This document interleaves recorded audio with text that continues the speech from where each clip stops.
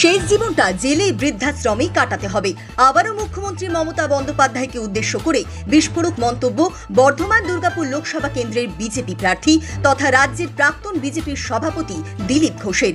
বুধবার রামনবমীর সকালে দুর্গাপুরের সাগরভাঙা স্পোর্টিং ক্লাব ময়দানে প্রাতঃভ্রমণে গিয়ে সাংবাদিকদের মুখোমুখি হয়ে একথা জানান তিনি। পাশাপাশি মুখ্যমন্ত্রীকে কটাক্ষ করে তিনি বলেন, 40 থেকে 45 বছর রাজনীতি করার পর যদি কাউকে চোর স্লোগান শুনতে হয় তার চেয়ে বড় লজ্জার কিছু আর নেই। এদের রামনবমী উদযাপন উপলক্ষে তার মন্তব্য, 500 বছর লড়াইয়ের পর অবশেষে অযোধ্যায় রাম মন্দির প্রতিষ্ঠা হয়েছে, তাই এই বছর রামনবমী বিজয় উৎসব হিসেবে পালিত হবে। 500 বছর লড়াইয়ের ইতিহাস, তার পরিণাম হচ্ছে রাম মন্দির প্রতিষ্ঠা 22 জানুয়ারি 23 সালে। আর তারপরে প্রথম রামনবমী, রাম মন্দির প্রতিষ্ঠার পরে নিঃসন্দেহে আলাদা একটা তার আঙ্গিক আছে। সারা বিশ্বের হিন্দু সমাজ রাম মন্দির প্রতিষ্ঠার বিজয় উৎসব হিসেবে আজকে পালন করে। দাদা, আজকে এইটা দিন পালন করতে গিয়ে আপনাদেরকে কোর্টে যেতে হচ্ছে কেন? তাহলে এটা তো দেশে কোথাও অন্য জায়গায় হচ্ছে না। বাংলার সরকার রাজ্য চালায় না, কোর্ট চালায়।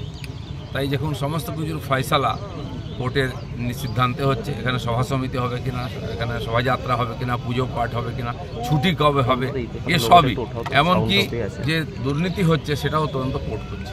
সারা দেশে তো কোথাও তো এরকম কোর্টে যেতে হচ্ছে না, রামনবমী সারা দেশে পালন হচ্ছে। এটাকে দেশের বাইরে মনে করা হয়। জয় বাংলা যারা বলছে, বাংলাদেশের স্লোগান দিচ্ছে বা সব কিছু, এই সুপ্রিম কোর্ট মানব না, কি বলে আদালত মানব না, লোকসভা মানব না, নির্বাচন কমিশনকে মানব না, সেন্ট্রাল গভর্নমেন্টকে মানব না, সেন্ট্রাল ফোর্সকে মানব না, এজেন্সিকে মানব না, এই মানসিকতার কারণে এটা হচ্ছে। মনে হয় এটা ভারতের বাইরের একটা দেশ। পাপের বা হাতের পুতুল বলছেন মুখ্যমন্ত্রী মমতা বন্দ্যোপাধ্যায়। আমি মেসো বলেছিলাম বলে ওদের পেট খারাপ হয়ে গেছিল, এখন পুতুল বলছে তো ভালো লাগছে। কে কার পুতুল বোঝা যাবে। তাহলে সেই পুতুলের কাছে গিয়ে হত্যা দিয়েছিলেন, ষষ্ঠাঙ্গ প্রণাম করেছিলেন, বাঁচাও বাঁচাও সাধু বাবা, কে বলেছিল? সকাল থেকে গালাগালি দেন মাননীয় গভর্নরকে, প্যাঁচে পড়লে চাচা প্রাণ বাঁচা, তার কাছে বলেছেন।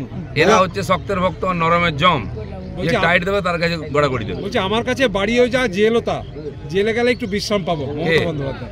মমতা বন্দ্যোপাধ্যায় বলেছে সে সুযোগটা ওনার আসবে, এখন না দেরি হবে। ওটা বৃদ্ধাশ্রম হবে জেলটা। ওনাকে ঘিরে যে চোর চোর স্লোগান হয়েছে, কালকে বললো জিপ টেনে ছেড়ে দেবো। নির্বাচন না থাকলে ছিড়বেন, আপনি কিছুই ছিড়তে পারবেন না। জিপ ছিড়বেন, সে দিন চলে গেছে।